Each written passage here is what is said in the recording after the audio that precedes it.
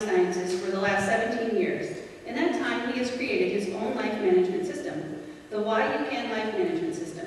Today, he will be sharing one key component, that is how addiction affects all of our lives. Jeremy Jordan.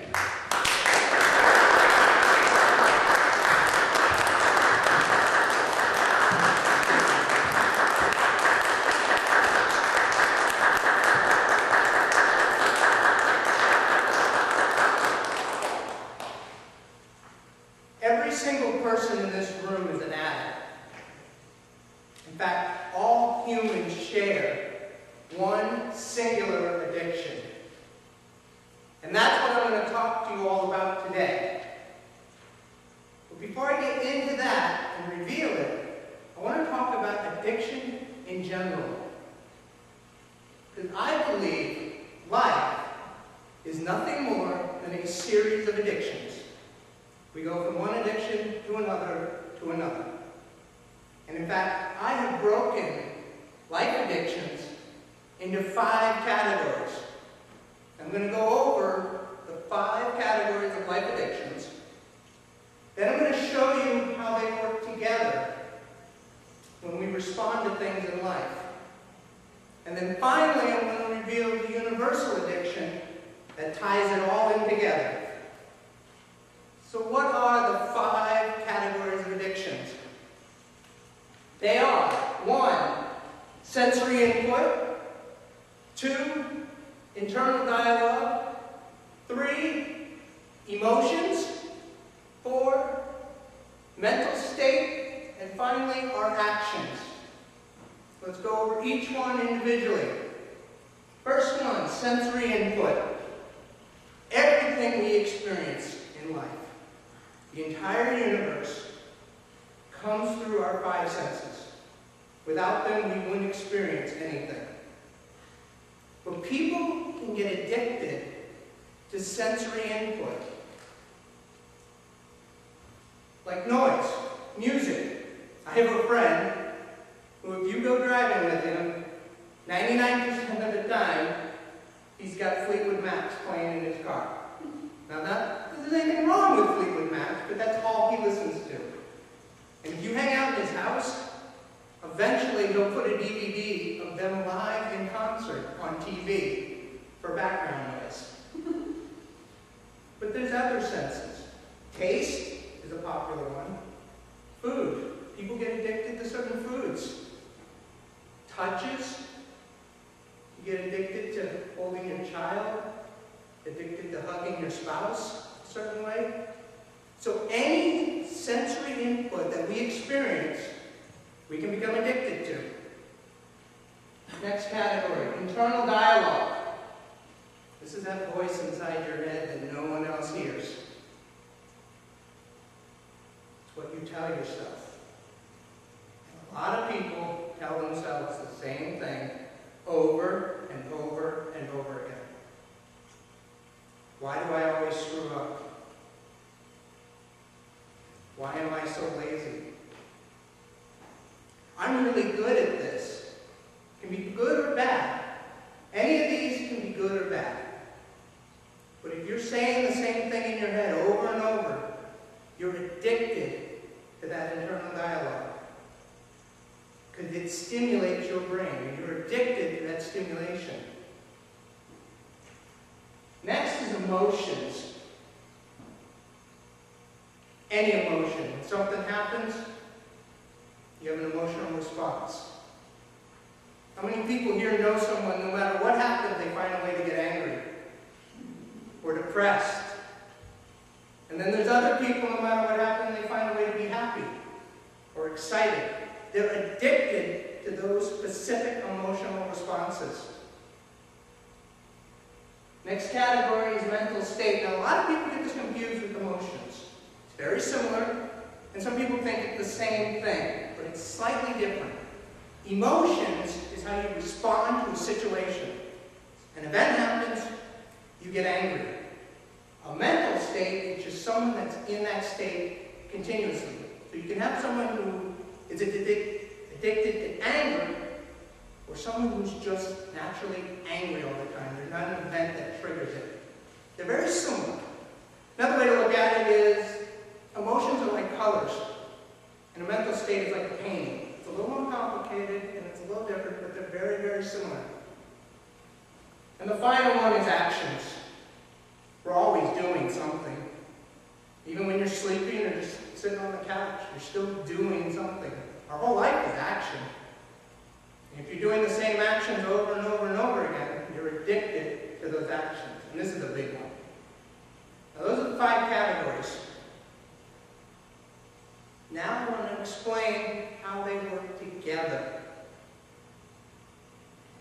Before I do that, I want to explain that addictions can trigger, anything we do in life can trigger any one of the 5 or multiples.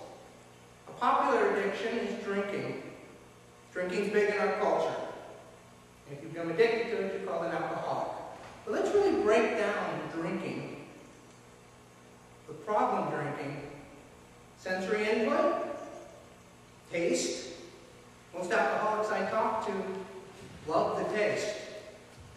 And it changes your physical nature. It changes you kinesthetically. So it changes your sensory input. Internal dialogue. I can't vouch for other people, but when I drink, it changes my thinking pattern. Emotions. Definitely changes my emotions. Mental state. Almost everyone I know that drinks, it's to change their mental state. And of course, finally, there's an action. This one affects all 5 categories, and that's why it's so difficult to change. Some affect only one category, some affect 2, some affect all 5 categories. And the more categories you're affecting, the harder that addiction will be to stop. So how does it all work together? There's 2 ways we can react to things in life. We have 2 minds. We have a subconscious mind and we have a conscious mind. And we either react to things subconsciously or consciously. And I'm going to show how these 5 categories all work together, whether we respond to events subconsciously or consciously. And these 2 minds don't always agree. They have different things they're shooting for, and they process information differently. So sometimes we feel like we're being pulled in 2 different directions. This is how the 5 work together. As you can see, we have sensory input, internal dialogue, emotions, mental state, and action. I put them in a circle and a star. The circle represents a conscious reaction, and the star represents a subconscious reaction. Now, how does that work? Everything starts with sensory input. An event happens, we have to take it in, like I said, through our 5 senses. So we start at the top. And in the conscious decision, we follow the circle. We go around, and the next one is internal dialogue. So give you an example. You walk into a store, and you see the candy rack. Seeing the candy rack is the internal, the sensory input. You start thinking to yourself, do I want a candy bar? Sounds good. Which candy bar do I want? You may not always hear these questions, but they're there. That's what conscious thought is, asking and answering questions. You're not always aware of the questions.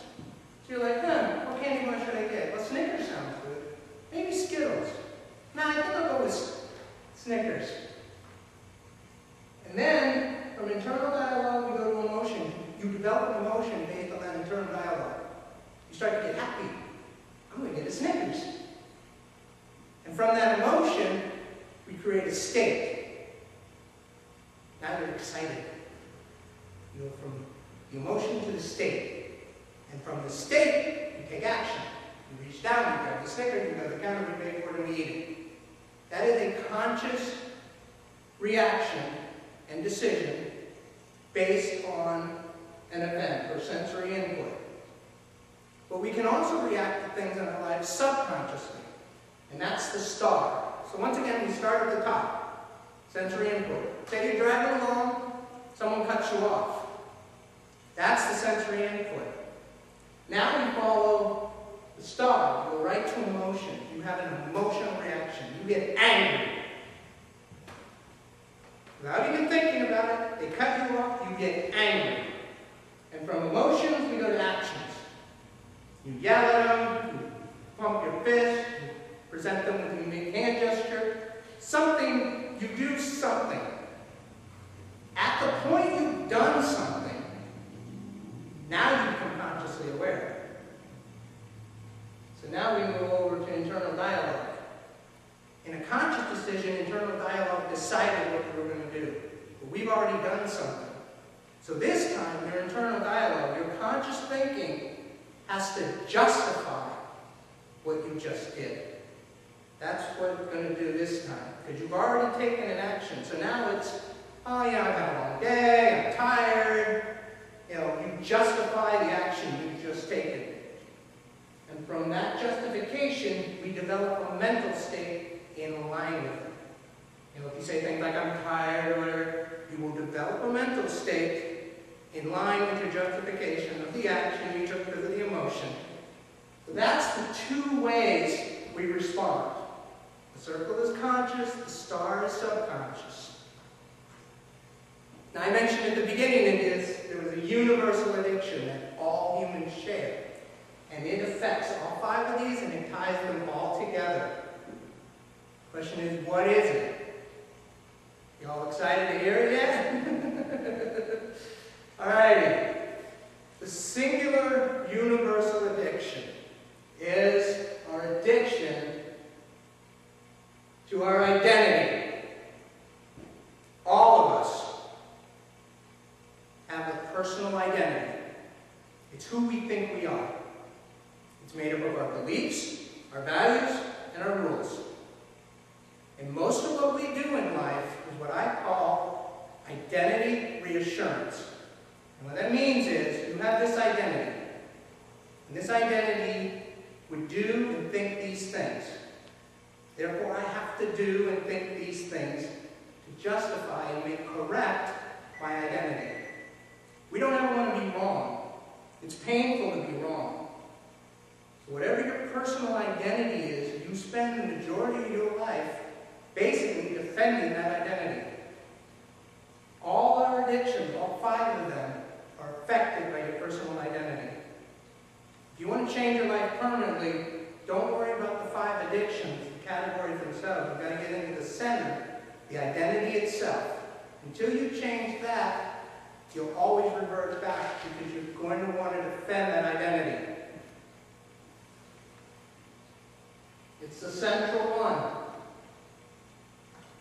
And I think identity reassurance goes even deeper. To give you a little philosophical idea, I think identity reassurance is how we prove to ourselves that we in fact exist. This is the process.